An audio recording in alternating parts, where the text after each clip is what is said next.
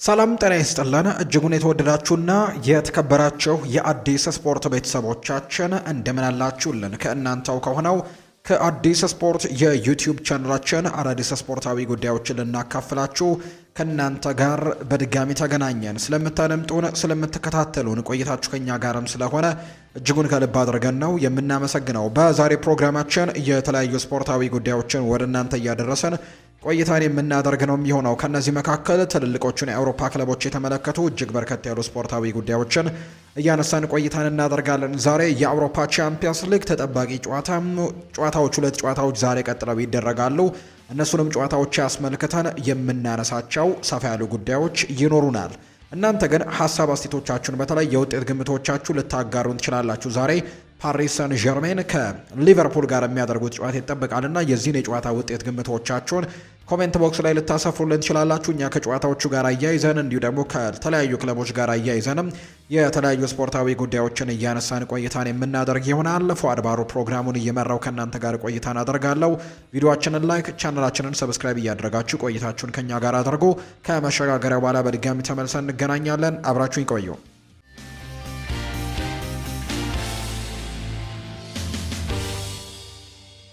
የሀገር ውስጥ መረጃን በማስቀደም ነው የዛሬ ፕሮግራማችንን የምንጀምረው። የኢትዮጵያ ከ18 ዓመት በታች ሴቶች ብሔራዊ ቡድናችን በአንድ ውድድር ላይ ተሳትፎን እያደረገ እንዳለ የምናውቀው ጉዳይ ነው እና በዛ ጨዋታ ላይም እንዲሁ ጨዋታዎች እየተደረጉ ይገኛሉ። የኢትዮጵያ ከ18 ዓመት በታች ሴቶች ብሔራዊ ቡድን በቱርክ ሀገር እየተካሄደ በሚገኘው የዩኤፋ ፍሬንድሺፕ ካፕ ነው እየተካፈለ እንደሚገኝ ይፋ የተደረገው። ብሔራዊ ቡድኑ የምድብ የመጀመሪያ ጨዋታውንም ዛሬ ከዩራጓይ ብሔራዊ ቡድን ጋር አድርጎ 3-0 በሆነ ውጤት ማሸነፍ ችሏል። የኢትዮጵያ ከ18 ዓመት በታች ሴቶች ብሔራዊ ቡድናችን የድል ግቦቹንም ህድአት ካሱ 3 ግቦችን ማስቆጠር ችላለች። ሃትሪክም የሰራች ተጫዋች ሆናለች። የቡድኑ ቀጣይ የምድብ ጨዋታዎችን ስንመለከት ቅዳሜ ሚያዝያ 3 2018 ዓ.ም ኢትዮጵያ ከኮስታሪካ ጋር ጨዋታዋን ታደርጋለች። ከዛ ውጭ ደግሞ ሐሙስ ዕለት ደግሞ እንዲሁ ኢትዮጵያ ከኖርዌይ ብሔራዊ ቡድን ጋር ጨዋታቸውን እንደሚያደርጉ ነው የወጣላቸው መርሃ ግብር ይፋ የተደረገው። የኢትዮጵያ ከ17 ዓመት በታች ብሔራዊ ቡድናችን የአፍሪካ ዋንጫ የምድብ ተጋጣሚዎቹን በይፋ አውቋል። ካፍ ከደቂቃዎች በፊት በግብጽ ካይሮ ባካሄደው የእጣ ማውጣት ስነ ስርዓት ላይ ምድብ ድልድሉን ይፋ አድርጓል። ኢትዮጵያ በመጀመሪያው ምድብ ላይ ከውድድሩ አዘጋጅና የወቅቱ ሻምፒዮን ከሆነችው ሞሮኮ ጋር በአንድ ምድብ ውስጥ ተደልድላለች። ይህንን ተከትሎ ኢትዮጵያ በምድቧ ከሞሮኮ ከቱኒዚያና ከግብጽ ብሔራዊ ቡድን ጋር ተደልድለዋል። ከሶስቱ የሰሜን አፍሪካ ሀገራት ጋር ነው ኢትዮጵያ በምድብ ድልድሉ ላይ የተደለደለችው። የኢትዮጵያ ከ17 ዓመት በታች ብሔራዊ ቡድን ወይም ቀይ ቀበሮቹ ታሪካዊ ውድድራቸውን ከሚያዝያ 17 እስከ ግንቦት 7 ድረስም እንደሚያደርጉ ነው የተገለጸው። ጥሩ ውጤትን ማስመዝገብ የቻሉ 10 ሀገራት አፍሪካን በመወከልም በ2026 ከ17 ዓመት በታች ዓለም ዋንጫ ላይ እንደሚሳተፉ ነው የወጣው መርሃ ግብር የሚያሳየው። ኢትዮጵያ ግን ከቱኒዚያ ከሞሮኮና ከግብጽ ብሔራዊ ቡድን ጋር በምድብ ድልድሉ እንደተደለደለች ነው መረጃዎች የወጡት።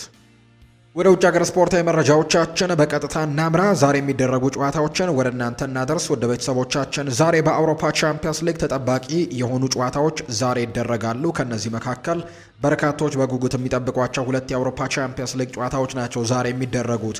ልክ ምሽት 4 ሰዓት ሲል አንደኛው ጨዋታ በስፔን አንደኛው ጨዋታ ፈረንሳይ ላይ የሚደረግ ነው። በስፔን የሚደረገው ባርሴሎና በሜዳው ካምፕ ኑ የዛው የስፔኑን ክለብ አትሌቲኮ ማድሪድን የሚያስተናግድበት ጨዋታ ዛሬ ይደረጋል። እርግጥ ነው ባርሴሎናዎች ይህንን ጨዋታ የማሸነፍ ትልቅ ቅድመ ግምትን ቢሰጣቸውም ነገር ግን አትሌቲኮ ማድሪድም ጠንከር ያለ ተፎካካሪ ይሆናል ተብሎ ይታሰባል። ምክንያቱም በቅርብ ባደረጓቸው ጨዋታዎች እንደምናስታውሰው አትሌቲኮ ማድሪድ በኮፓ ዴል ሬይ በሰፊ ጎል ልዩነት በሜዳው ኤር ዋንዳ ሜትሮፖሊታኖ አሬና ያደረገውን ጨዋታ አሸንፎ እንደነበር ይታወሳልና የሚታመን ነገር እንዳልሆነ ወይም ደግሞ የሚጠበቁ ነገሮች እንዳሉ ሆነው ባርሴሎና ያሸንፋል ብሎ በርካቶች ግምቶቻቸውን ቢሰጡም ነገር ግን አትሌቲኮ ማድሪድም በዚህ ጨዋታ ላይ ትልቅ ተፎካካሪ ይሆናል ተብሎ እንደሚጠበቅ ነው መረጃዎች የወጡት። እነዚህ ሁለት ቡድኖች በሳምንቱ መጨረሻ እርስ በርስ ጨዋታቸውን ያደርገው ነበር። አትሌቲኮ ማድሪድ በሜዳው ነበር ያንን ጨዋታ ያደረገው በላሊጋው። ነገር ግን ባርሴሎና የ2-1 አሸናፊ እንደነበር እናስታውሳለን። የዛሬው ጨዋታ ደግሞ በትልቅ ጉጉት ይጠበቃል ተብሎ ነው የሚታሰበው። እንግዲህ ይህ ጨዋታ 99354 ደጋፊዎችን በሚይዘው የባርሴሎናው ግዙፍ ስቴዲየም ካምፕ ኑ ይደረጋል ተብሎ ይጠበቃል። ያለፉትን 3 የእርስ በርስ ግንኙነት ከተመለከተን ባርሴሎና የበላይነት አለው። ያለፉትን 2 ጨዋታዎች ማሸነፍ ችሏል። 2-1 በሆነ ውጤት በዚህ ሳምንት መጨረሻ የተደረገውና ከዛ በፊት በነበረው ደግሞ የኮፓ ዴል ሬ የመልስ ጨዋታ ባርሴሎና በሜዳው 3-0 አሸንፎ ነበር። ከዛ ውጭ አትሌቲኮ ማድሪድ 4-0 ያሸነፈበትም ውጤት በቅርብ ካደረጓቸው 3 ጨዋታዎች መካከል አንደኛው ነው። በዛሬው ጨዋታ በባርሴሎና በኩል እነ ላሚን ያማል ይጠበቃሉ። ነገር ግን የራፊኒያን ግልጋሎት ግን የሃንስ ፍሊክ ቡድን አያገኝም። ከዛ ውጪ አማካዩ ፍራንኪ ዲዮንግ፣ የተከላካይ ስፍራ ተጫዋች የሆነው አንድሪያ ክሪስቲያንሰንም በዛሬው ጨዋታ የለም። ከዛ ውጪ ማርክ በርነልም በዛሬው ጨዋታ ላይ የማንመለከተው ነው። ፓብሎ ባሪዮስ፣ ዦን ካርዶሶ እንዲሁ ደግሞ ሂሜኔስ እና ያኖ ብላክ በዛሬው ጨዋታ በዲየጎ ሲሞኔው ቡድን አትሌቲኮ ማድሪድ በኩል የማንመለከታቸው ተጫዋቾች ናቸው። በኋላ ላይ የባርሴሎናን መረጃዎች ስናነሳ ከዛሬው ጨዋታ ጋር አያይዘን ደግሞ ሰፋ ያሉ ጉዳዮቻቸውን የምናነሳላችሁ ነው የሚሆነው። ሌላኛው የሚጠበቀው ጨዋታ የአምናው ሻምፒየን ፓሪስ ሳን ዠርሜን በሜዳው ፓርክ ደ ፕሪንስ የሚያደርገው ጨዋታ ነው። አምናም ሻምፒየን ሲሆኑ በመንገዳቸው ላይ ያሸነፉትን ሊቨርፑልን ነው ዘንድሮ የሚገጥሙት። ሁለቱ ግን የተለያዩ ነገሮች ላይ ነው የሚገኙት። ምክንያቱም አምና ሊቨርፑል በጣም ጠንካራ ቡድን ነበር። በተለይ በአውሮፓ ቻምፒየንስ ሊግ የምድብ ጨዋታዎችን አሸንፎ አንደኛ ሆኖ ያለፈው ቡድን እንደነበር እናስታውሳለን። ነገር ግን በፓሪስ ሳን ዠርሜን መሸነፉን የምናስታውሰው ነው። ፓሪስ ሳን ዠርሜን ደግሞ በምድቡ ራሱ ከ1 እስከ 8 በሚሆኑት ደረጃ ላይ ያልነበረ ቡድን ነው እና በጥሎ ማለፍ ጨዋታዎችን አድርጎ ነበር ወደዛኛው ውድድር የገባው። ነገር ግን እስከ ውድድሩ ፍጻሜና እስከ ሻምፒዮንነትም የበቃ ቡድን እንደነበር እናስታውሳለን። ሊቨርፑል በአንጻሩ ዘንድሮ ጥሩ ጉዞዎችን እያደረገ አይደለም። በፕሪሚየር ሊጉ በጣም እየተቸገረ ነው። በሀገር ውስጥ ውድድሮች ላይ የነበረው ተሳትፎ አብቅቷል። አሁን በአውሮፓ ቻምፒየንስ ሊግ ብቻ ነው ለዋንጫ አልመው እየተንቀሳቀሱ የሚገኙት። አሰልጣኝ አርነ ስሎት ደግሞ እኛ በአውሮፓ ቻምፒየንስ ሊግ ረጅም ጉዞዎችን እንጓዛለን ብለን አልጠብቅም ሲሉም ጭምር ነው የተናገሩትና የዛሬው ጨዋታ ግን በትልቅ ጉጉት ይጠበቃል። የአምናው ሻምፒየን ፓሪስ ሰን ዠርሜን ዛሬ በሜዳው ፓርክ ደ ፕሪንስ ነው ይህንን ጨዋታ የሚያደርገው። በተመሳሳይ ልክ ምሽት 4 ሰዓት ሲል የሚደረግ ሌላኛው ጨዋታ ነው። የዛሬውን ጨዋታ የማሸነፍ ቅድመ ግምትን ለፓሪስ ሰን ዠርሜን በርካቶች ሰጥተዋል። የተወሰነ ልዩነት እንዳላቸውም ቢነገርም በፓሪስ ሰን ዠርሜን በኩል በዛሬው ጨዋታ ላይ የብራድሊ ባርኮላ አለመኖር ምናልባት ፓሪስ ሰን ዠርሜኖች በዛ ቦታ ላይ ጥሩ ግልጋሎት ከሚሰጧቸው ተጫዋቾች መካከል አንዱን እንዳጡ በርካቶች ያነሳሉ። ከዛ ውጪ አምና ሻምፒየን ሲሆኑ ደግሞ ወሳኝ ከነበሩ ተጫዋቾች መካከል አንደኛ የነበረው ስፔናዊ ፋቢያን ሩይዝም በዛሬው ጨዋታ ላይ የለም። ለሊቨርፑል ትልቁ ማጣት ተብሎ የሚነሳው የግብ ጠባቂ አሊሰን ቤከርን በጨዋታው ላይ አለማግኘታቸው እንደሆነ ነው ይፋ የተደረገው። አምና በተለይ ከፓሪስ ሰን ዠርሜን ጋር ባደረጉት ጨዋታና አንዱን ጨዋታ 1-0 አሸንፈው እንደነበር እናስታውሳለን። በዛ ጨዋታ ላይ በጣም ጥሩ የሚባል እንቅስቃሴን አሳይቶ ነበር አሊሰን ቤከር። የዛሬው ጨዋታ ይጠበቃል። 48229 ደጋፊዎችን በሚይዘው ፓርክ ደ ፕሪንስ ጨዋታው ይደረጋል፣ ፓሪስ ላይ ይደረጋል ተብሎ ነው የሚታሰበው። ያለፉትን የእነዚህ ሁለት ቡድኖች እርስ በርስ ግንኙነት ከተመለከተን ፓሪስ ሰን ዠርሜን የበላይ ነው። ሁለቱን ጨዋታዎች አሸንፈዋል። አንደኛውን 2-0 አንደኛውን 2-1 በሆነ ውጤት ነው ማሸነፍ የቻለው። በአንጻሩ ሊቨርፑል አንዱን ጨዋታ እንዲሁ ፓርክ ደ ፕሪንስ ላይ 1-0 በሆነ ውጤት አሸንፎ እንደነበር የምናስታውሰው ነው። የዛሬው ጨዋታ በትልቅ ጉጉት ይጠበቃል ተብሎ ይታሰባል። ይሄ ጨዋታ የሚደረግ ነው የሚሆነው። በዩሮፓ ሊግ ፕሌይኦፍ ጨዋታ ብራጋና ሪያል ቤቲስ የሚያደርጉት ጨዋታም ዛሬ ከሚደረጉ አውሮፓ ላይ ከሚደረጉ ትልልቅ ጨዋታዎች መካከል የሚጠቀሰው ሌላኛው ጨዋታ ነው። አሁን ደግሞ ክለቦችን የተመለከቱ ስፖርታዊ ጉዳዮችን እናንሳ። አርሰናልን የተመለከተ መረጃን በማስቀደም ነው የምንጀምረው። የኤብሪቼ ኢዜ መመለሻ ቀን መች ነው የሚሉ ጥያቄዎች በትልቁ ይነሳሉ። ብዙ ታማኝ የመረጃ ምንጮች እንደሚናገሩት ከሆነ ኤብሪቼ ኢዜ ለሲቲው ጨዋታ ሊደርስ እንደሚችል ሰፊ ግምት እንዳለው ነው እየተገለጸ የሚገኘው። ለአውሮፓ ቻምፒየንስ ሊግ የመልስ ጨዋታ ጠባብ የሆነ የሜዳ ላይ የመመለስ እድል እንዳለው ተነግሯል። ነገር ግን ምናልባት በማንቸስተር ሲቲው ጨዋታ ላይ የዚህን ተጫዋች ግልጋሎት አርሰናሎች ሊያገኙ የሚችሉበት እድል እንዳለ የሚያሳዩ መረጃዎች ናቸው እየጠቆሙ የሚገኙት። ሌላኛው የሚነሳው ጉዳይ አርሰናል ወደ ጣሊያን ፊቱን እንዳዞረ የሚያሳዩ ነገሮች አሉ። አርሰናል የ21 ዓመቱን ጣሊያናዊ ማርኮ ፓይስትራን በክረምቱ ለማስፈረም ፍላጎት እንዳለው ዘገባዎች ያሳያሉ። በተጨማሪም የጣሊያን ታማኝ የስፖርት ዘጋቢ ኒኮላ ሺረም አርሰናል በተጫዋቹ ላይ እውነተኛ ፍላጎት እንዳለው ነው እየዘገበም የሚገኘው። ተጫዋቹ እናት ክለቡ አታላንታ ቢሆንም አሁን ላይ ግን በውሰት ለካግሊያሪ እየተጫወተ ይገኛል። ተጫዋቹ በግራም በቀኝም የተከላካይ መስመር ላይ እንደፈለገ መጫወት መቻሉ ደግሞ ይበልጥ አርቴታን እንደሳበው ተያይዞ እየተነገረ ይገኛልና አታላንታ ተጫዋቹ ላይ 45 ሚሊዮን ፓውንዶች እንደለጠፉበት ነው ይፋ የተደረገው። አርሰናሎች ግን ይህንን ተጫዋች ለማስፈረም እንቅስቃሴዎችን ያደርጋሉ ተብሎ ይታሰባል። በጣም ጥሩ የሚባል የመስመር ተከላካይ እንደሆነ ይነገራል። አርሰናሎች በተለይ በሚቀጥለው የክረምት የተጫዋቾች የዝውውር መስኮት የማጣት እድላቸው በጣም ሰፋ ያለ ነው እየተባለ ይገኛል። በተለይ በጁሪየን ቲምበር የቋሚነት ተሰላፊነት እድሉን ማጣቱን ተከትሎ ደቂቃዎችን ማግኘት አለመቻሉ ምናልባት በዛ ቦታ ላይ ተጫዋቾችን እንዲፈልጉ ሊያደርጋቸው እንደሚችል የሚያሳዩ መረጃዎች ናቸው በትልቁ እየሰማን የምንገኘውና ከሚመለከቷቸው ተጫዋቾች መካከል በርከት ያሉ የኒውካስል ዩናይትድ ተጫዋቾች ለምሳሌ ሉዊስ ሆለን ከዛ ውጪ ቲኖ ሊቨርማንቶንም እየተመለከቱ እንዳለ እናውቃለን። ከዛ ውጪ ግን የካግሊያሪው ተጫዋች የሆነው ማርኮ ፓሌስትራ እንዲሁ በአርሰናል እቅድ ውስጥ ያለ ሌላኛው ተጫዋች እንደሆነ የተገለጸው። እንዳልኳቸው አታላንታ ግን እዚህ ተጫዋች ላይ 45 ሚሊዮን ፓውንዶች ነው የለጠፉበት። ማንቸስተር ሲቲ፣ አርሰናል እና ቸልሲ ሁሉም የኒውካስል ዩናይትዱን የግራ መስመር ተከላካይ የሆነው ሉዊስ ሆለን ወደፊት ለሚያቀርቡት ወይም ደግሞ ለሚሰሩት ቡድን ተስማሚ ተጫዋች አድርገው ይመለከቱታል። ሲቲም አርሰናልም ቸልሲም። ስለዚህም ወደፊት ሊያዘዋውሩት ስለሚችሉበት ነገር ላይ በቅርበት ሁኔታውን እየተከታተሉት እንደሚገኙ ነው ፉትቦል ኢንሳይደር የተባለው የመረጃ ምንጭ ይፋ ያደረገው።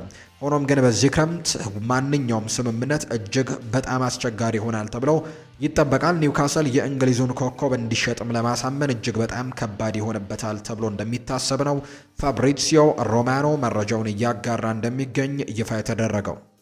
የማንቸስተር ዩናይትድ ጉዳዮችን ደግሞ ወደ እናንተ እናደርስ። ከማንቸስተር ዩናይትድ ጋር በተያያዘ የሚነሳው ጉዳይ ሊቨርፑሎች ሌላኛውን የማንቸስተር ዩናይትድ ኢላማ የሆነውን ማቲያስ ፈርናንዴስን ለማስፈረም ፍላጎት እንዳላቸው መገለጹን ተከትሎ ማንቸስተር ዩናይትድ የዚህን ተጫዋች ፊርማ በቶሎ ለማግኘት እንቅስቃሴ ሊያደርጉ እንደሚችሉ የሚያሳዩ መረጃዎችን እየተከታተልን እንገኛለን።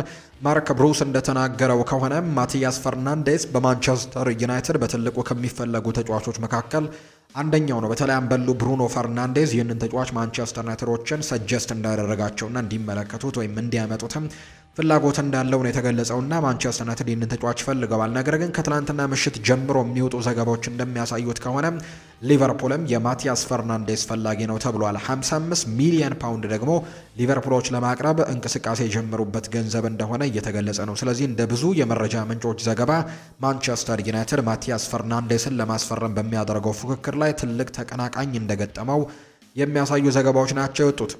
ሃሪ ማጓየር በማንቸስተር ዩናይትድ የእግር ኳስ ሕይወቱን መጨረስ ይፈልጋል ተብሏል። ሃሪ ማጓየር ከኢንተር ማያሚና ከናፖሊ የቀረቡለትን ጥያቄዎች ውድቅ በማድረግ ከማንቸስተር ዩናይትድ ጋር የ1 ዓመት ውል መፈረሙ ነው ይፋ የተደረገው። እንዲሁም ሃሪ ማጓየር የእግር ኳስ ሕይወቱን በማንቸስተር ዩናይትድ የመጨረስን ፍላጎት እንዳለው ጭምር የሚያሳዩ መረጃዎች ናቸው ዘሰን የተባለ የመረጃ ምንጭ ይፋ ያደረገው።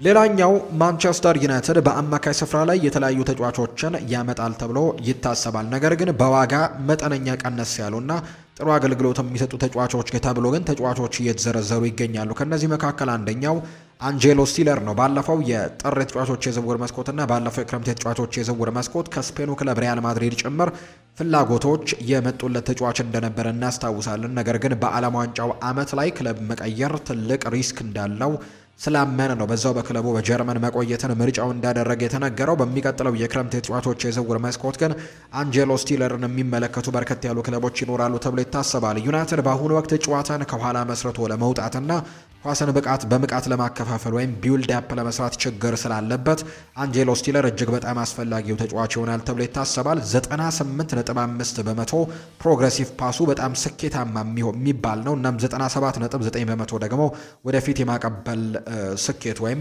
ፎርዋርድ ፓስስ የምንለው ስታቲስቲክሶቹ በጣም ጥሩ የሚባሉ ናቸው። ቡድኑን ወደ ማጥቃት ቀጠና ለማሻገርም ትልቅ አቅም እንደሚሆን ጭምር ነው በርካቶች የሚያምኑት። ከዛ ውጪ ሌላኛው ተጫዋች ጄምስ ጋርነር ነው። ዩናይትድ መሃል ሜዳው ላይ ጠንካራ ተከላካይ አማካይ ወይም ዲፌንሲቭ ሚድፊልደርን የሚፈልግ ከሆነ ይሄኛውም ተጫዋች ሌላኛው አማራጭ ነው ተብሏል።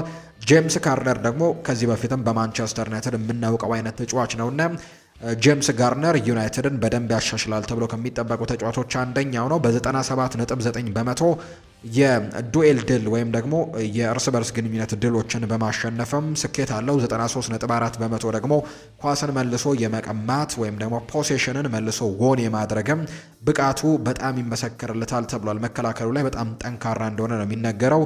በተጨማሪም በፈጠራ ረገድ ደግሞ ወይም ኪ ፓሶችን በመስጠት ደግሞ ያለው ጥሩ ደረጃ ከአንጄሎ ስቲለር ጋር በመጣመር ሁለገብ የመሃል ሜዳ ጥምረት ለመፍጠርም ያስችለዋል ተብሏል። ሌላኛው አደም ዋርተን ነው። ለፈጠራ ብቃት ደግሞ ይሄኛው ተመራጭ እንደሆነ በርካቶች ያነሳሉ። ዋርተን ከፍተኛ የሆኑ የቁልፍ ኳሶችን ወይም ኪ ፓሶችን በማቀበል የሚታወቅ ነው። ወደፊት የማለፍ ችሎታ ወይም ደግሞ ፕሮግሬሲቭ ፓሶችን በማድረግም 91.4 በመቶ ስኬት አለው። ፕሪሚየር ሊጉን በደንብ የሚያውቀው አይነት ተጫዋች ነው። ይህ ደግሞ ዝግጅት ላይ ላሉ ተከላካዮችን ሰብሮ ለመግባትና ለፊት ወይም ለፊት መስመር ተጫዋቾችም እድሎችን ለመፍጠር ትልቅ አቅምን የሚጨምር አይነት ተጫዋች ተደርገው ይወሰዳል። እነዚህ ሶስት ተጫዋቾች እንግዲህ በጣም ጥሩ የሚባሉ አማራጮች ናቸው። በገንዘብም ከሌሎቹ ከሚፈለጉት ከነ ሳንድሮ ቶናሊ ከነ ኤሊዮት አንደርሰን ውጪ ደግሞ ከሌሎች ከነ ካርሎስ ባሌባ አንጻር በዋጋ የተወሰነ ዝቅ ያሉ ነገር ግን ደግሞ ጥሩ ግልጋሎትን መስጠት የሚችሉ አይነት ተጫዋቾች ተደርገው ነው የሚቆጠሩት። ሊቨርፑልን የተመለከተ መረጃን እናንሳ። በቻምፒየንስ ሊግ ረጅም ስለመጓዝ አላስብም ብለዋል አርነ ስሎት። የሊቨርፑል አሰልጣኝ አርነ ስሎት ቻምፒየንስ ሊጉን እስከ ማሸነፍ አርቀው እንደማያስቡ ነው የተናገሩት።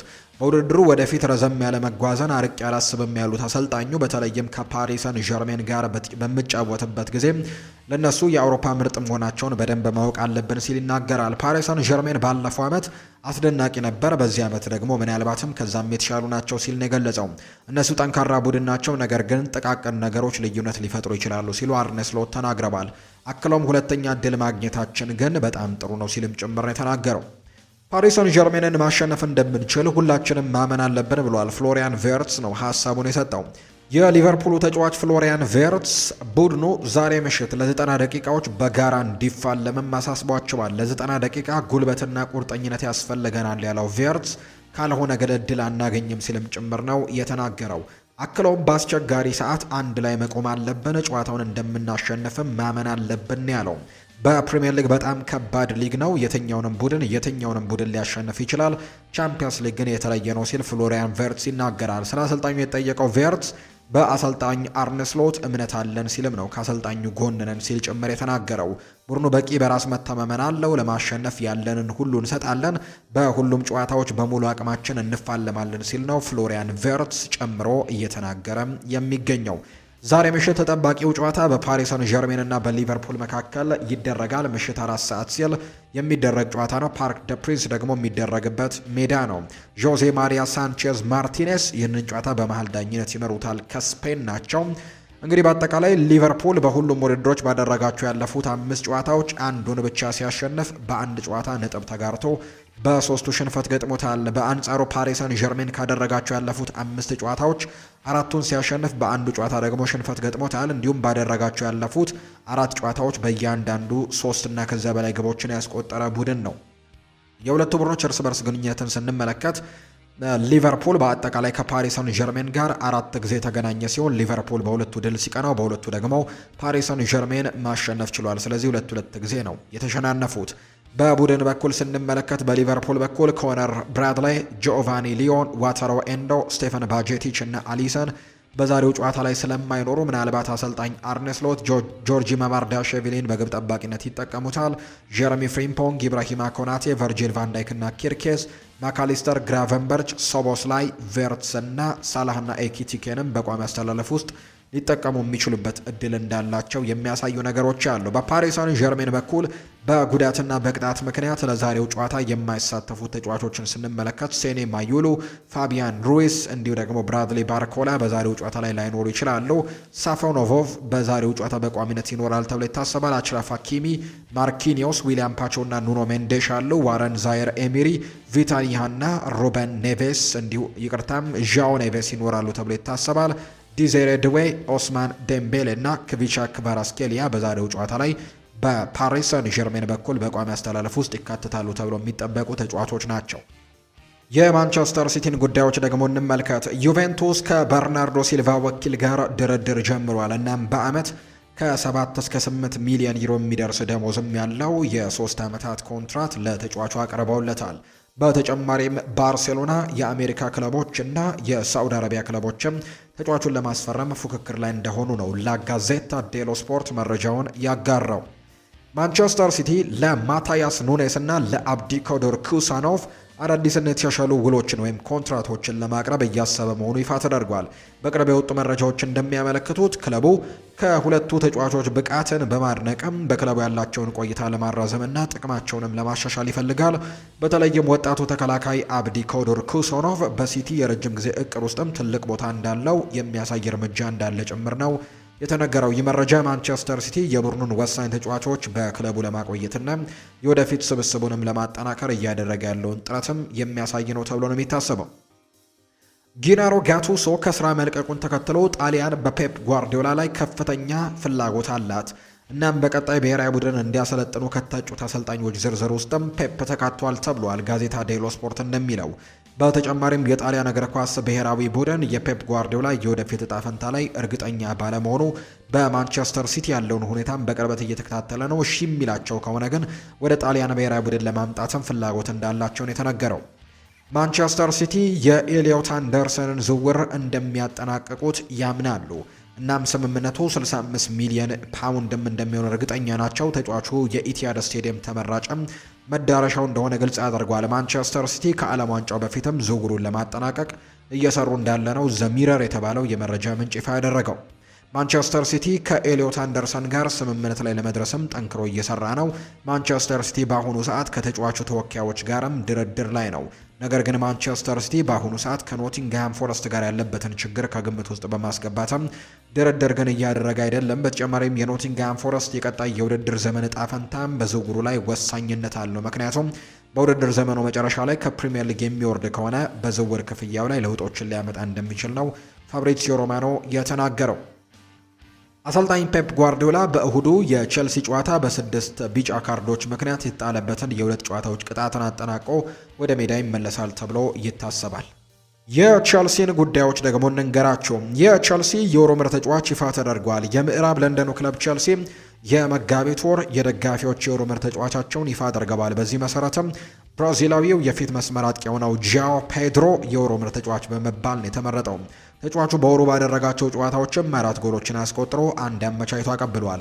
ዣኦ ፔድሮ ለተከታታይ ሁለተኛ ጊዜ የቼልሲ የወሩ ምርጥ ተጫዋች በመባልም ነው የተመረጠው። ተጫዋቹም ደጋፊዎች ከሰጡት ድምፅም 83 በመቶውን በማግኘትም ማሸነፉ ተነግሯል። ኤንዞ ፈርናንዴዝ እና አሌሃንድሮ ጋርናቾ ደግሞ ሁለተኛና ሶስተኛ ደረጃን ይዘው ያጠናቀቁ ናቸው። ከሪያል ማድሪድ ጠንካራ ፍላጎት እየቀረበለት ስለሆነ ኤንዞ ፈርናንዴስ በቼልሲ ይፋዊ የዝውውር ጥያቄ ለማቅረብ እየተዘጋጀ መሆኑ ተዘግቧል። የ25 ዓመቱ አማካይ በተለይም ቼልሲ ፖርት ቬሌን ባሸነፈበት የኤፍኤ ካፕ ጨዋታ ላይ ከስብስብ ውጪ መደረጉን ተከትሎ ይበልጥ እየተበሳጨ እንደመጣ ነው የተነገረው። ስለዚህም ሪያል ማድሪዶች ጥያቄ እንደሚያቀርቡ እየተረጋገጠ መጥቷልና ተጫዋቹም እንደሚለቅና ለመልቀቅም ጥያቄዎችን እንደሚያቀርብ የሚያሳዩ መረጃዎች ናቸው ይፋ የተደረጉት። በዚሁ የሪያል ማድሪድ ጉዳይን እናንሳም። ስለ ቪኒሲዮስ ጁኒየር ከባየር ሚኒክ ጋር ስላደረገው ጨዋታ ምን ትላለህ ተብሎ ራፋኤል ቫንደር ቫርት ጥያቄ ቀርቦለት ነበር። በጣም አስፈሪ ነው፣ እሱን ሳየው እስከ ሞት ድረስም ተበሳጭቻለሁ። ድንቅ ተጫዋች ስለሆነ በጣም አዝኛለሁ። ነገር ግን ትንሽ ምትም ሲደርስበት ፈጥኖ ይወድቃል። ለተጋጣሚ ቀይ ካርድ ለማሰጠት ተስፋ ያደርጋል። ከዚያም እንደገና ጥሩ ስሜት ይሰማዋል። ስለሱ የማዝነው ይሄ ባህሪ ስላለው ነው ሲልም ጭምር ነው ራፋኤል ቫንደር ቫርት ሀሳቡን የተናገረው። የባርሴሎና ጉዳዮችን እንንገራቸው። ዣኦ ካንሴሎ ከዛሬው የአውሮፓ ቻምፒየንስ ሊግ ሩብ ፍጻሜ የመጀመሪያ ጨዋታ በፊት ጋዜጣዊ መግለጫው ላይ ከአሰልጣኝ ሃንስ ፍሊክ ጋር ተገኝቶ ነበርና የተለያዩ ሀሳቦችን ሰጥቷል። ዣኦ ካንሴሎ አትሌቲኮ ማድሪድ በጣም ኃይለኛ ተጫዋቾች ያሉት ቡድን ነው፣ ለማሸነፍ መሄድ አለብን፣ ምክንያቱም ይሄ ለኛ በጣም አስፈላጊ ውድድር ነው ብለዋል። ዣኦ ካንሴሎ ይቀጥልና ሳምንታት እያለፉ ሲሄዱ ተሰጥኦን የበለጠ ማሳየቱ የተለመደ ነው፣ ቡድኑ ግብ እንዲያሳካም ለመርዳት ሞክራለሁ ነው ያለው። በእግር ኳስ ውስጥ ሁሉም ነገር ሊከሰት ይችላል። ለሚቀጥለው የውድድር ዘመን የምፈልገውን አውቃለሁ፣ ነገር ግን አሁንም አልናገረም። የወደፊት ህይወቴ በአሁኑ ጊዜ አስፈላጊው አይደለም ሲልም ነው የተናገረው። በእግር ኳስ ህይወቴ ጥሩ አሰልጣኞችን በማግኘት እድለኛ ነኝ። እናም ሃንስ ፍሊክ ከነዛ መካከል አንደኛው ነው ሲልም ይናገራል። ሻቪን በጣም አመሰግነዋለሁ፣ ምክንያቱም ብዙ ደግሞ ስለረዳኝ፣ እናም እንደ ተጫዋችም እንደማደንቀው እሱ ጥሩ አሰልጣኝም ጭምር ነው። ሃንስ ፍሊክ የበለጠ ልምድ አለው፣ እናም በጣም ጥሩ ነው ሲልም ይናገራል። ከአልሂላል ጋር ኮንትራት አለኝ፣ ነገር ግን በባርሴሎና ለመቀጠል ሁሉንም አማራጮች እመለከታለሁ። ከዚህ በፊት መቆየት አለብኝ ወይስ የለብኝም የሚለው ላይ ጥርጣሬዎች ነበሩ። አሁን ላይ ግን ሰዎች ስለመቆየቴም እያወሩ ነው ብለዋል። ላሚን ያማል በዓለም ላይ ካሉ ምርጥ 3 ባለተሰጥኦ ተጫዋቾች መካከል አንደኛው ነው። እሱ ለውጥ መፍጠር የሚችል ትክክለኛ ተጫዋችም ይመስለኛል ብለዋል። ራፊኒያ ከመሪዎቻችን አንደኛው ነው። ያንን በሜዳ ላይ ልታየው ትችላለህ። እሱ ለኛ ምን ያክል አስፈላጊ እንደሆነ ስለምናውቅ ባለመኖሩ በጣም ተጎድተናል። ነገር ግን እሱ ቦታ ላይ የሚጫወተው ማንኛውም ተጫዋች ግን ቦታውን ለመሸፈን በጣም ዝግጁ እንደሆነ ጭምርም አውቃለሁ ሲልም ጭምር ነው የተናገረው። አሰልጣኝ ሃንስ ፍሊክም ከዛሬው የቻምፒየንስ ሊግ የሩብ ፍጻሜ ጨዋታ በፊት የተለያዩ ሀሳቦቻቸውን አንስተዋል። ሲናገሩም ቻምፒየንስ ሊግ ፍጹም የተለየ ውድድር ነው። በጣም አስቸጋሪ የሆነ ድንቅ ተጫዋቾችን የያዘ ተጋጣሚን እንጋፈጣለን። ወደሚቀጥለው ዙር ማለፍም እንችላለን። ሌላ እርምጃም ወደፊት መራመድ እንችላለን። እናም እኛ የምንፈልገው ይህንን ነው ብሏል። ሃንስ ፍሊክ ይቀጥልና ስለ ካንሴሎ ቆይታም ሲናገር ስለ ወደፊቱ ማውራት አያስፈልግም። አሁን ላይ ግን ዣው ካንሴሎ በጥሩ ስራዎች ላይ እየሰራ ነው። እሱ ድንቅ ተጫዋች ነው፣ በጣም ፕሮፌሽናልም ነው ብሎታል። ቢጫ ካገኙ የእገዳ ስጋት ላይ ስላሉ ተጫዋቾችም ተጠይቆ ነበር። ሃንስ ፍሊክ ምንም አይነት ቅሬታ አልቀበልም፣ በሜዳ ላይ ምን ማድረግ እንዳለብን ብቻ ማተኮር ይኖርብናል። እነሱም አደጋ ላይ ያሉ ተጫዋቾች ያሏቸው፣ ስለዚህም ሁኔታው ተመሳሳይ ነው ያለው ሃንስ ፍሊክ ይቀጥልና ለጨዋታው እቅድ አዘጋጅተናል። አሁን ላይ ግን ያንን በሜዳ ላይ መፈጸም ነው ያለብን። በኮፓ ዴልሬ ዋንጫ ጨዋታ ላይ የነበረው የ4-0 ውጤትም በለውጡ ምክንያት ነበረው ተብሎም ተጠይቆ ነበር። ሃንስ ፍሊክ ሲናገር ከዛ ጨዋታ በኋላና ከዢሮና ጋር ከተደረገው ጨዋታ በኋላ ደረጃችን እየተሻሻለ ይመስለኛል ሲል ነው የተናገረው። ሌላኛው ከሰፊ ቦታዎች ወይም ከክንፍ የሚነሱ ማጥቃቶችን በተመለከተም ጥያቄ ቀርቦለት ብዙ ጎሎችን ስለማስተናግድ ሲልም ጭምር ይናገራል። ለዛም በየጨዋታው ለመዘጋጀት እንሞክራለን ሲልም ጭምር የተናገረው። ቀላል አይደለም። በጥሩ መዋቅርና በቦታ አያያዝም መጫወት አለብን። በማጥቃትም ሆነ በመከላከል ሁሉም ደግሞ ጥሩ ተሳትፎ ማድረግ አለባቸው ሲልም ነው የተናገረው። ሃንስ ፍሊክ ይቀጥልና ይህ የኛ የመጫወቻ መንገዱ አንደኛው አካል ነው፣ በጣም አስፈላጊ ነው። እሱም ቢሆን መከላከል አለበት። የኛ አይደንቲቲ አንደኛው ይሄኛው ነው ሲል ይናገራል። በዚህ ሁኔታም ራሽፈርድንም እንፈልገዋለን ሲልም ጭምር ተናግሯል። ስለ ላሚን ያማልም ተጠይቆ ላሚን ስህተት ሊሰራ ይችላል። ሁላችንም የ18 ዓመት ልጅ መሆኑን ማስታወስ አለብን። እሱ ስሜታዊ ተጫዋች ነው። አንዳንድ ጊዜ እሱን ቀይሬ ሳስወጣው ወይም ደግሞ በአንዳንድ ነገሮችም ምክንያት ይበሳጫል። ለሱ እከታተለዋለሁ። የ18 ዓመት ድንቅ ተጫዋች ነው። እናም እሱ አሁን ላይ በዓለም ላይ ምርጡ ካልሆነ ከምርጦቹ አንዱ መሆኑ ግን አይቀርም ሲልም ነው የተናገረው። ፒኒ ዛሃቪ የሮበርት ሌቫንዶስኪ ወኪል ይናገራል። ስለ አጥቂው የወደፊት ሁኔታ ከአሰልጣኝ ሃንስ ፍሊክና ከሌቫንዶስኪ ጋር ለመነጋገር በስፖቲፋይ ካምፕኑ ይገኛል ተብሏል። ዛሬ ተጫዋቹ በባርሴሎና መቆየት ይፈልጋል። እናም ደሞዙንም ለመቀነስ ፈቃደኛ ነው። ነገር ግን በመጀመሪያ የክለቡ ሁኔታዎችን መረዳት ያስፈልጋል ነው የተባለው።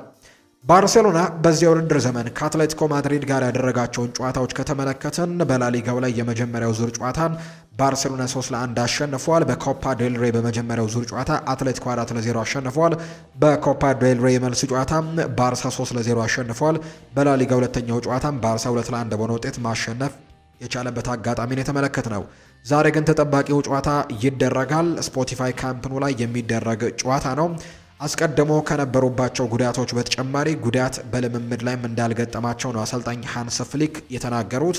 ነገር ግን አስቀድሞ ጉዳት ላይ የነበሩት ግን ተጫዋቾች በዛሬው ጨዋታ ላይ ኖርም ራፊኒያ በሃምስትሪንግ ጉዳት፣ ማርክ በርናል ቀለል ያለ የታፋ ወይም የጭን ጉዳት፣ ፍራንኪ ዲዮን ከጉዳቱ በማገገም ላይ ሲሆን ወደ ቡድን ልምምድ ግን አልተመለሰም። ሌላኛው አንድሪያ ክሪስቲንሰን ነው። ከፊል ኤሲኤል የሚባል አይነት ጉዳት እንደገጠመው ነው የተነገረው። በአትሌቲኮ በኩል ያኖ ብላክ፣ ፓብሎ ባሪዮስ፣ ጆን ካርዶሶ እና ጆዜ ማሪያ ሂሜኔስ በዛሬው ጨዋታ ላይ እንደሌሉ ይፋ የተደረገው። በአጠቃላይ ግምታዊ አስተላለፉን ስንመለከት ባለፈው ባርሴሎና በተለመደው 4-3-3 ወይም 4-2-3-1 አስተላለፍ ወደ ጨዋታ ይቀርባል ተብሎ የሚጠበቅ ሲሆን ብዙሃኖችም ባሳለፍነው ቅዳሜ በላሊጋው ከሜዳ ውጭ ተጉዞ አትሌቲኮ ማድሪድን ባሸነፈው ቋሚ 11 ውስጥም ሃንስ ፍሊክ የአንድ ተጫዋች ቅያሬ ሊያደርጉ ይችላሉ ተብሎ እንደሚገመት ነው መረጃዎች የወጡት። በፊት መስመር አጥቂነት ሮበርት ሌቫንዶስኪ ዳኒ ኦልሞን ሊተካ፣ በቀይ መስመር ተከላካይነት ደግሞ ከጉዳቱ ሙሉ ለሙሉ ያገገመው ጁሊየስ ኩንዴ ሊሰለፍ የሚችልበት እድል እንዳለ ተነግሯል። በተጋጣሚ አትሌቲኮ ማድሪድ በኩል ከቀናት በፊት በሊጉ የተደረገው የሁለቱ ክለቦች ፍልሚያ ሙሉ በሙሉ እረፍት ተሰጥቷቸው የነበሩት አዴሞላ ሉክማን፣ ሁሊያን አልቫሬስ እንዲሁም ደግሞ ዴቪድ ሃንኮ ወደ አስተላለፉ ይመለሳሉ ተብሎ ይጠበቃል። የላሊጋው ፍልሚያ ከቅጣት አምልጦት የነበረው ማርከስ ሊዮሬንቴ ወደ አስተላለፉ ይመለሳል ተብሎ የሚጠበቅ ሲሆን አሰልጣኝ ዲየጎ ሲሞኔም ከቀኝ ተመላላሽነት ይልቅ በዛሬው ጨዋታ ከቡድኑ አምበል ኮኬ ጋር በመሃል ሜዳ ላይ ሊያጣምሩት እንደሚችሉ ነው ይፋ የተደረገው። ከዚህ ቀደም ሁለቱ ክለቦች በሁሉም ውድድሮች 251 ጊዜ የተገናኙ ሲሆን ባርሴሎና 115ቱን ጨዋታዎች በማሸነፍ የበላይነት አለው። በተቃራኒ አትሌቲኮ ማድሪድ 80 ጨዋታዎችን አሸንፏል። የተቀሩት 56 ጨዋታዎች ደግሞ በአቻ ውጤት የተጠናቀቁ ናቸው። ባርሴሎና በአውሮፓ ውድድሮች ላይ የስፔን ክለቦችን ሲገጥም አሪፍ የሚባል ቁጥር ነው ያለው። 24 ጨዋታዎችን አድርጎ 7ቱን እንዲሁ ጥሩ የሚባል ቁጥር የለውም ነው ወይም ጥሩ የሚባል ሪከርድ እንደሌለው ነው የተገለጸው። 24 ጨዋታዎችን አድርጎ 11ዱን በሽንፈት ያጠናቀቀው 7ቱን ጨዋታዎች ብቻ ነው ያሸነፈው። ለመጨረሻ ጊዜም በዚህ ውድድር የስፔንን ቡድን የገጠመው 2015-16 የውድድር ዓመት ላይ ሲሆን ተጋጣሚው የነበረው ደግሞ አትሌቲኮ ማድሪድ ነበር። አትሌቲኮ ማድሪድ 3-2 በሆነ ውጤት በድምር ውጤትም ባርሴሎናን ጥሎ ግማሽ ፍጻሜውን መቀላቀሉ ይታወሳል። በሁሉም ውድድሮች የሁለቱ ክለቦች የመጨረሻ 10 ጨዋታዎችም 7 ጊዜ ባርሴሎና አሸንፏል። ሁለቱን ጊዜ ደግሞ አትሌቲኮ ማድሪድ ሲያሸንፍ አንዱን በአቻ ነው ያጠናቀቁት። ሌላኛው እውነታ ደግሞ ውድድሩ ቻምፒየንስ ሊግ ተብሎ እንደ አዲስ ከተሰየመበት ጊዜ አንስቶ ባርሴሎና የሩብ ፍጻሜ ጨዋታዎችን ሲያደርግ ይሄ ለ24ኛ ጊዜ ነው። ይሄ የቻምፒየንስ ሊግ የውድድር ዓመትም ባርሴሎና በቻምፒየንስ ሊግ የሚጫወትበት 30ኛ የውድድር ዓመት ሲሆን ከሪያል ማድሪድ ጋር በጋራ የውድድሩ ባለ ሪከርድም ያደርገዋል። ሁለቱም ክለቦች ከ2003-2004 የውድድር ዓመት አንስቶ እስካሁን በእያንዳንዱ ዓመትም መሳተፍ መቻላቸው ነው የተነገረው። ባርሴሎና በአውሮፓ መድረክ በሜዳው ባከናወናቸው ያለፉት 18 ጨዋታዎች በሁለቱ ብቻ የተረታ ሲሆን 13 ጨዋታዎችን አሸንፎ በቀሪ 3 ጨዋታዎች አቻ ተለያይቷል። ባርሴሎና ካደረጋቸው ያለፉት 30 የቻምፒየንስ ሊግ ጨዋታዎችም ግብ ያስቆጠረው ወይም ደግሞ ግብ ሳያስቆጠር የወጣው በአንዱ ብቻ ሲሆን ነገር ግን ግቡን ሳያስደፍር ከወጣ 13 ጨዋታዎች ተቆጥረዋል። በሌላ በኩል ደግሞ ተጋጣሚያቸው አትሌቲኮ ማድሪድ በቻምፒየንስ ሊግ ምሽት ላይ የሚያደርገው ጨዋታ 150ኛ ጨዋታው ሲሆን ነገር ግን በአውሮፓ መድረክ ከሜዳቸው ውጭ ካደረጓቸው ያለፉት 7 ጨዋታዎች ድል የቀናቸው በአንዱ ብቻ እንደሆነ የሚያሳዩ መረጃዎች ናቸው እየወጡ የሚገኙት። የተወደዳችሁና የተከበራችሁ ቤተሰቦቻችን ለዛሬ ያዝንላችሁ አዳዲስ ስፖርታዊ ጉዳዮቻችን እነዚህን ይመስላሉ። ስላደመጣችሁን፣ ስለተከታተላችሁን ቆይታችሁን ከኛ ጋርም ስላደረጋችሁ እጅግ ከልብ አድርገን ነው የምናመሰግነው። ፏድ ባህሩ የዛሬውን ፕሮግራም እየመራው ከእናንተ ጋር ቆይታን አድርግ ያለው። በቀጣይ ፕሮግራሞቻችን ሌሎች ስፖርታዊ ጉዳዮችን፣ ሌሎች አዳዲስ መረጃዎችን አካተን በድጋሚ ተመልሰን የምንገናኝ ይሆናል። ለዛሬ እዚህ ጋር እናብቃ። በነገው ፕሮግራማችን በድጋሚ እንገናኛለን። መልካም ጊዜ እንዲሆንላችሁ ነው በአክብሮት የምመኘው።